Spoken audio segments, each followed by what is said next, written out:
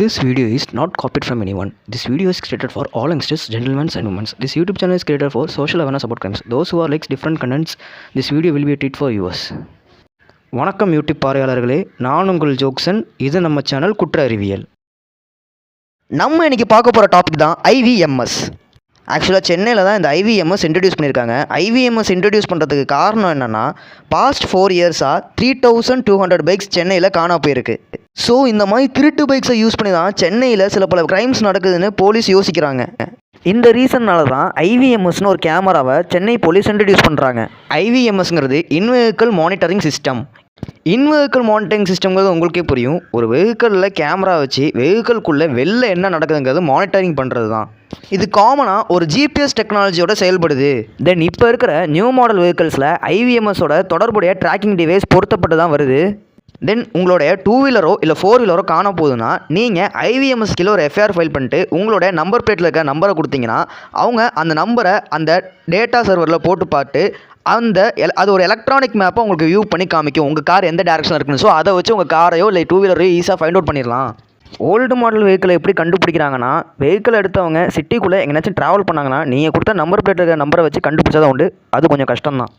தென் காணா போன 3200 பைக்ஸோட டேட்டாவையும் அதோட டேட்டா பேஸில், அதாவது ஐவிஎம்எஸோட டேட்டா பேஸில் ஸ்டோர் பண்ணியிருக்கதா சொல்கிறாங்க. பட் இப்போதைக்கு அந்த 3200 பைக்ஸ் கிடைக்கலனா கூட ரீசெண்டாக தொலைஞ்சு போன அந்த 200 பைக்ஸ் கிடைக்கிறதுக்கு சான்ஸ் இருக்குது.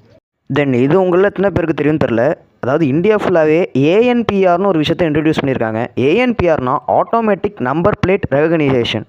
ஏஎன்பிஆரும் கிட்டத்தட்ட ஐவிஎம்எஸ் மாதிரி தான். பட் இது எப்படின்னா, கேமரா மூலியமாக நம்பர் பிளேட்டை ஐடென்டிஃபை பண்ணிடுவாங்க. தென் வண்டி ஓட்டுற ஆள் ஏதாச்சும் தப்பு பண்ணுறாருனா, அந்த வண்டி ஓட்டுற பர்சன் ஏதாச்சும் தப்பு பண்ணுறாரு, ஃபார் எக்ஸாம்பிள் ஸ்பீட் லிமிட்டை தாண்டி வண்டி ஓட்டுறாங்க, ஸ்பீடாக ரொம்ப ஓட்டினாங்கன்னா அவங்க மொபைல் நம்பருக்கு ஃபைன் அமௌண்ட் மெசேஜாக போயிடும். இன்கேஸ் அவங்க ஃபைன் கட்ட தவறினால் அவங்களுக்கு இம்ப்ரூவ்மெண்ட் ஆகிறதுக்கு சான்ஸ் இருக்குது.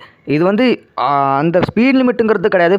டிராஃபிக் ரூல்ஸை நீங்கள் மீறினாவே உங்களுக்கு ஆட்டோமேட்டிக்காக ஃபைன் அவங்க போட்டுருவாங்க. தென் அந்த ஃபைனை கட்ட தவறினீங்கன்னா உங்களுக்கு இம்ப்ரூவ்மெண்ட் உறுதி.